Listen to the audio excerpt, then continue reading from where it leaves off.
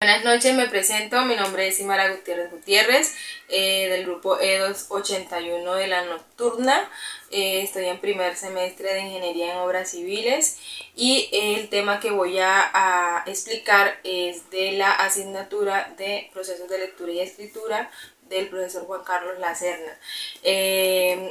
Como tal, lo que voy a resumir es sobre este libro que les presento acá. Se llama Satanás y es de Mario Mendoza.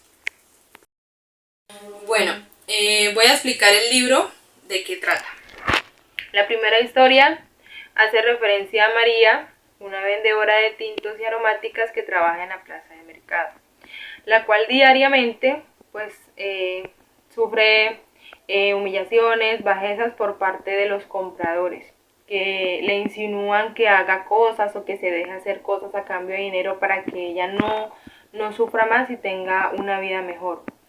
María, cansada de todas las bajezas, se sienta en un lugar sola y se pone a pensar sobre su vida, sobre su trabajo, sobre que ella debería de estar en la universidad estudiando y no en esa vida tan dura. En ese momento se acercan un amigo de María, o sea, dos amigos de María, y le preguntan que qué tienen. Y ella le dice que pues que está pensando sobre la vida, sobre lo que le sucede, sobre el trabajo que tiene, que es un trabajo tan humillativo que a la final pues no le alcanza para nada, que a duras penas le alcanza para comer y pagar la pieza donde vive. Ellos le dicen que no se preocupe más, que ellos le quieren plantear un negocio, un trabajo mejor, donde va a ganar mejor y donde va a poder estudiar y donde va a tener un poco más fácil la vida, va a tener una vida un poco más digna. Ella pues se sorprende y les dice pues que de qué se trata. Entonces ellos se ponen una cita, se reúnen y ellos le explican básicamente que se trata de seducir hombres millonarios, hombres ejecutivos de la alta sociedad, seducirlos, drogarlos y luego robarles todo el dinero. Ella le dice que tiempo tiene para pensarlo y él le dice que lo puede pensar el tiempo que ella quiera y que pues les avise.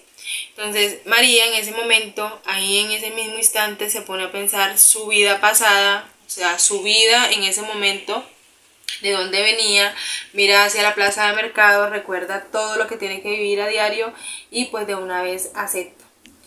Entonces lo primero que hacen es que van, le compran ropa a María, le alquilan un departamento, ella se cambia el color del cabello, se vuelve rubia porque a los hombres en general les gustan las mujeres blancas, de cabello rubio, y le dice que descanse, que se prepare, que ya muy pronto van a empezar.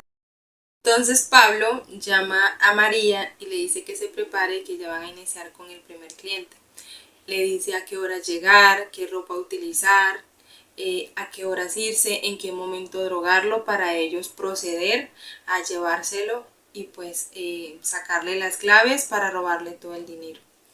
María llega puntual al bar a eso de las 8 de la noche, a eso de las 9 de la noche llega el primer cliente y a eso de las 11 ella le echa en su bebida la droga, que en ese momento era escopolamina. Luego de eso María se va al baño, vuelve, él luego le dice que quiere ir al baño, vuelve, toma la bebida, se empieza a sentir mareado, María le dice que tiene, él le dice que pues está un poco mareado, ella le dice que ya vuelve y se va. En ese momento pues llega Pablo y su amigo y se lo llevan y pues obviamente pues le hacen sacar las tarjetas, dice las contraseñas y pues lo roban. Ellos dejan al hombre en algún lugar abandonado y proceden a llamar a María y a decirle que ya está hecho, que al día siguiente le llevan su parte de las ganancias. Así sigue sucediendo constantemente. María va a los bares, droga a hombres, los amigos los roban, hasta que un día María hace lo mismo, droga a un hombre adinerado. Ella se va, decide irse, los amigos se lo llevan, ella se monta un taxi sin saber, sin percatarse de lo que le iba a suceder. En el taxi que ella se suben unos hombres que la pretendían robar, pero al darse cuenta de cómo estaba vestida, ellos decidieron llevarla a un potrero y violarla. Luego de que la violaron, la abandonaron y se fueron. María llegó al apartamento, le contó a sus amigos lo que sucedió y le pidió vengarse. Ella quería asesinarlos, entonces ellos ayudaron a conseguir, o sea, contrataron a unos hombres, a unos asesinos, para que los mataran. Así fue, ellos llevaron o sea, encontraron a los hombres, los llevaron al potrero, en el mismo lugar donde abusaron de María. María presenció la muerte de ellos, los mataron de tiro en la cabeza, y pues María, luego de eso, habla con Pablo, con su amigo, y le dice que ella quiere retirarse de esa vida. Ellos le dicen que no, que siga, que no pasa nada, que ellos están con ella, que la apoyan, pero ella no quiere más esa vida, porque por esa vida, por ese camino que ella decidió tomar, le sucedió lo que le sucedió. Luego de eso, pues ella va a la iglesia, se confiesa con el padre, pide perdón. El padre pues la libera de sus pecados, ella retoma su vida, consigue un nuevo empleo, entra a estudiar a la universidad, se muda a otro lugar en la misma ciudad, en Bogotá, y conoce a una vecina. O sea, en el sitio donde ella se muda, pues conoce a una vecina que se llama Sandra. María empieza a sentir como cariño hacia ella, pero ella no sabía que era eso, hasta que descubre que pues le gustaban las mujeres. De ahí pues María se hace novia de ella, tienen una relación, y pues bueno, hasta ahí llega la historia de María, que concluye al final de la historia, que voy a retomar con el siguiente personaje. Ernesto. El padre Ernesto es visitado por un hombre, el cual se acerca a él y le dice que quiere confesarse. El padre le dice: toma asiento y dime tus pecados. Él le dice: padre, tengo miedo, quiero hacer algo terrible. El padre Ernesto se asusta, pues no sabe a qué se refiere. Entonces él le cuenta que tiene pensamientos malos, que quiere matar a su esposa y a sus hijas, porque están pasando hambre, están enfermas, y él no las quiere ver sufrir, y que a él le duele verlas quejarse y no poder hacer nada. El padre Ernesto le dice que ese no es el camino, que esos pensamientos no los debe de tener. Él le dice: padre, escúcheme, quiero explicarle. Yo perdí mi trabajo. Debido a eso nos fuimos a vivir a la casa de mis suegros. Mis suegros, mi suegra se murió y mi suegro se murió en vista de toda la responsabilidad que tenían con nosotros. Debido a eso mi esposa siempre me juzga y me culpa de la muerte de su madre. Me dice que por culpa mía ella se quedó sin su madre. Y debido a que no he conseguido trabajo, ya no tenemos nada que comer y mis hijos han enfermado, y por eso quiero darles descanso, que no sufran más. El padre le dice que esos pensamientos no los debe de tener, y le dice que lo absolve y que lo perdona, que vaya en paz, pero que vuelva en la noche para él hablar con él y mostrarle algo. El hombre se va, el padre pues se va de la iglesia también, va y le cuenta todo lo que le sucedió a un amigo de él. El amigo le dice que no es para tanto, que pues a la iglesia llegan todo tipo de personas, que es normal, que no se alarme, que eso no va a suceder. Cuando el padre se devuelve para la iglesia en la noche, lo están esperando muchísimas personas afuera de la iglesia y le dicen que hay un hombre dentro de la iglesia con un cuchillo en las manos ensangrentado. El padre entra y el hombre le dice: padre, lo hice, ya está descansando mi familia. El padre le dice: ¿qué has hecho, hijo? Y él le dice: padre, sus consejos, lo pude hacer gracias a usted. Y él le dice: no, hijo, ¿qué hiciste? Padre, maté a mi familia. Y en ese momento el hombre se quiere quitar la vida también, pero el padre no se lo permite. Llaman a la policía, se lo llevan detenido y el padre va y lo visita a la cárcel y pues le dice que por qué lo hizo. Y él le dice: padre, porque usted me ayudó, usted me despejó mi mente y por fin pude tomar la decisión de hacerlo y no me arrepiento porque mi familia está descansando. El padre, atemorizado por lo que el hombre le dijo, se dio cuenta de que en realidad él era un ser, tenía un ser malo en su interior, y el padre se alejó, no volvió más. El padre, como tal, tenía muchas contradicciones. ¿Por qué? Porque él tenía muchos pecados. Uno de los pecados que tenía era que se acostaba con la secretaria, que se llama Irene. Él tenía relaciones sexuales con ellas y aún así daba misas, hacía confesiones.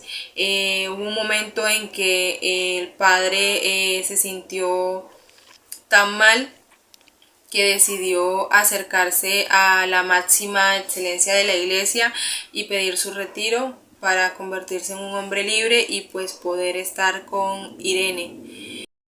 Personaje 3, Andrés el pintor. Andrés es un pintor que vive también en Bogotá. Él le encanta pintar lienzos. Cada día se sienta en su ventanal a observar las montañas, los colores de las montañas, a pensar demasiado. Un día normal, Andrés recibe una llamada de un tío lejano, el cual le pide que por favor pinte su rostro. Andrés se niega, pero su tío le insiste en que pinte su rostro. Andrés acepta. El tío le dice: ¿cuánto me vas a cobrar? Andrés le dice que pues que venga y que pues acá le da precio. Ponen una cita a una hora, un día tal, una hora tal. Llega ese día, llega el tío de Andrés al apartamento, se sienta, Andrés empieza a pintarlo, a dibujar su rostro. Cuando casi ya termina de pintarlo, en la parte de su cuello, Andrés pierde el control, entra como una fuerza sobrenatural que controla sus manos y él pinta como una especie de rayones y cosas raras sobre el cuello del tío. En ese momento Andrés se le baja la tensión, le da como fiebre y escalofríos y deja de pintar. El tío le pregunta que qué le sucede, él le dice que pues se siente mal, el tío le dice que descanse y que él vuelve después por el cuadro. Entonces Andrés se va a su habitación, el tío recoge el cuadro, pero cuando lo recoge, que lo va a guardar, se da cuenta de lo que Andrés dibujó en el cuello. El tío le pregunta a Andrés que por qué dibujó eso y Andrés le dice que no sabe por qué. El tío se va. A los días el tío llama a Andrés y le dice que por qué él había dibujado ese cuadro y por qué había dibujado esas cosas en la parte de su cuello. Él vuelve y le repite y le recalca que no sabe por qué. El tío le dice: Andrés, vengo del médico y me diagnosticaron cáncer de garganta.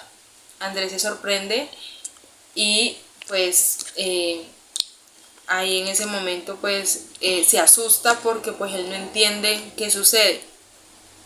Al tiempo, Andrés es visitado por una exnovia de él que se llama Angélica.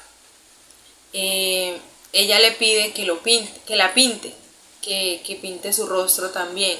Andrés se niega rotundamente y le dice que no. Ella le dice que por qué no la quiere pintar. Él le dice que no porque está ocupado, porque no se dedica ya a pintar rostros, que él pinta otro tipo de cuadros.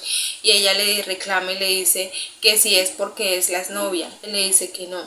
Al final pues Andrés acepta por no tener una discusión, por todo lo que sucedió en la época del noviazgo de ellos. Entonces Andrés empieza a pintarla. En el momento en que empieza a pintar las facciones de su rostro, él le dibuja como unas llagas en los cachetes. Entonces, cuando sucede eso, también pasa lo mismo que sucedió con el tío. Pierde el control sobre sus manos y pinta cualquier cosa, y entonces también le sucede lo mismo, le da escalofríos, pierde como toda la fuerza, y ella le dice que qué le sucede. Él le dice que necesita descansar. Ella lo lleva a la habitación, se despide de él, y ella observa el cuadro y le pregunta que por qué le pintó eso en el rostro. Él le dice que no sabe. Pasa el tiempo y Angélica lo llama y le dice que necesita hablar con él. Él le dice que qué sucede, ella le dice que es algo importante. Entonces se citan en una parada del cerro de Montserrat. Ahí ella le cuenta que cuando él la dejó, la abandonó por preferir la pintura, ella se deprimió demasiado y tomó un rumbo un rumbo descabellado. Ella empezaba a salir todos los fines de semana, se emborrachaba, se drogaba, se acostaba con el primero que ella le pasara por el frente. Algunas veces tuvo relaciones con 2 y 3 hombres a la vez, tuvo relaciones con extranjeros, y en ese momento le contó que estaba contagiada de SIDA, que se había contagiado de SIDA. Pues ella se tomaba las pastillas, pero ella nunca se cuidó con condones como tal. Entonces Andrés se sorprende y se empieza a culpar él, porque él piensa que por él haberla abandonado y dejado sola, ella cometió ese error que pues le va a costar la vida.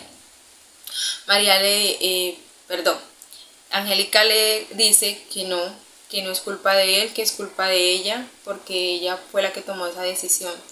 Entonces pues hablan de la época de su noviazgo, recuerdan temas, todo queda hasta ahí. Luego ellos se citan nuevamente, ella lo convence hasta que vuelven a tener relaciones sexuales. Angélica, después de acostarse con él, simplemente se viste, se va, desaparece de la vida, y luego Andrés se hace pues unos exámenes, va al médico y se da cuenta que está contagiado de SIDA.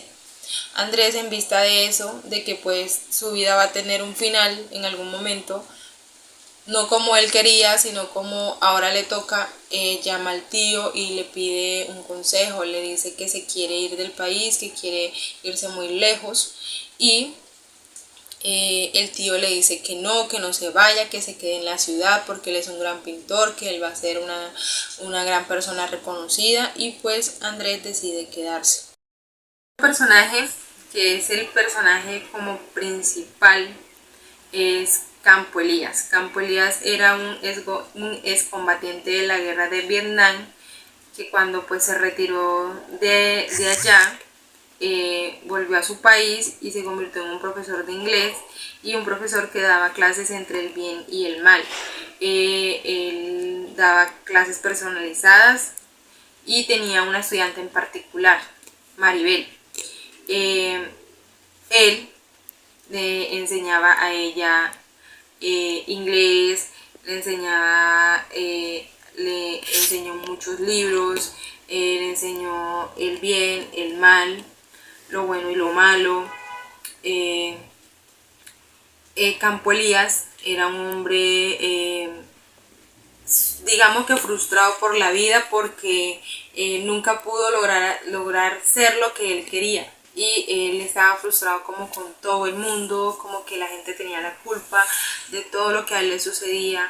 Él culpaba a la madre de él por la muerte del padre, la madre lo culpaba a él de ser un hombre perezoso, que no salió adelante, que quedó ahí estancado.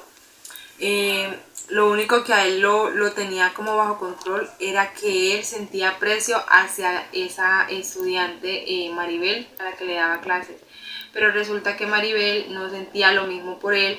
Ella tenía a su novio, Y entonces Campo Elías, al darse cuenta de que pues ella no le correspondía, tomó la decisión de ir retirar todos los ahorros que tenía en el banco, comprar un arma, comprar munición, volvió a la casa de ella, de la estudiante, asesinó a la madre, luego la asesinó a ella, le dio casi 22 puñaladas y la dejó ahí tendida. Él se bañó, se cambió, se fue hacia la casa de la madre, también asesinó a la madre.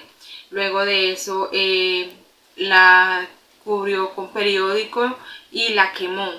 Empezó a gritar, salió al vecindario y empezó a gritar fuego, fuego, fuego, y todos los vecinos pues salieron a mirar, y en esas pues también asesinó a los vecinos que estaban ahí cerca. De ahí él siguió su camino, fue a la biblioteca donde él sacaba los libros con los que daba clases, se despidió de la señora de la biblioteca, le dijo que ya no se iban a volver a ver, se levantó, se fue y se fue a un restaurante, o sea, porque él nunca había comido en un restaurante pues lujoso y quería darse un gran banquete porque siempre había sido miserable hasta con lo que él comía, cómo se vestía, con todo. Llegó a ese restaurante, pidió un vino y pidió unos espaguetis con salsa a la boloñesa, los comió, pidió un postre. Luego de que pidió el postre se fue al baño, se preparó, cargó el arma y salió de la nada y empezó a disparar a todos los que estaban cerca. Coincidencia que en ese restaurante estaba el padre Ernesto. Bueno, él es padre porque él se retiró de sus votos, estaba con Irene porque él decidió entablar una relación ya con ella, formar un hogar. Estaba María con su novia, estaba Andrés, el pintor, y estaba los amigos de María también. Y coincidencia que todos estaban en el mismo sitio a la misma hora, en el mismo restaurante. Entonces Campo Elías simplemente sacó el arma y empezó a dispararle a todo el mundo. Nadie quedó vivo, todos murieron. Llamaron a la policía. Cuando la policía llegó, Campo Elías lo único que hizo fue que sacó la pistola, se la puso en su cráneo y se disparó. Quiero resumir algo que Mario Mendoza, el escritor del libro, conoció de cerca a Campo Elías, ya que ellos fueron compañeros de universidad, y pues tuvo como un poco más de cercanía a todo lo que sucedió esa noche en el restaurante en Chapineros, por los lados de Chapineros, en Bogotá. Quiero aclarar también que el personaje real en este libro es Campo Elías. Los otros personajes son como de la ficción, como para darle un contexto al libro, pero en realidad lo que sí sucedió fue lo de la muerte de la gente del restaurante, y pues la ejecución que se hizo el mismo Campo Elías.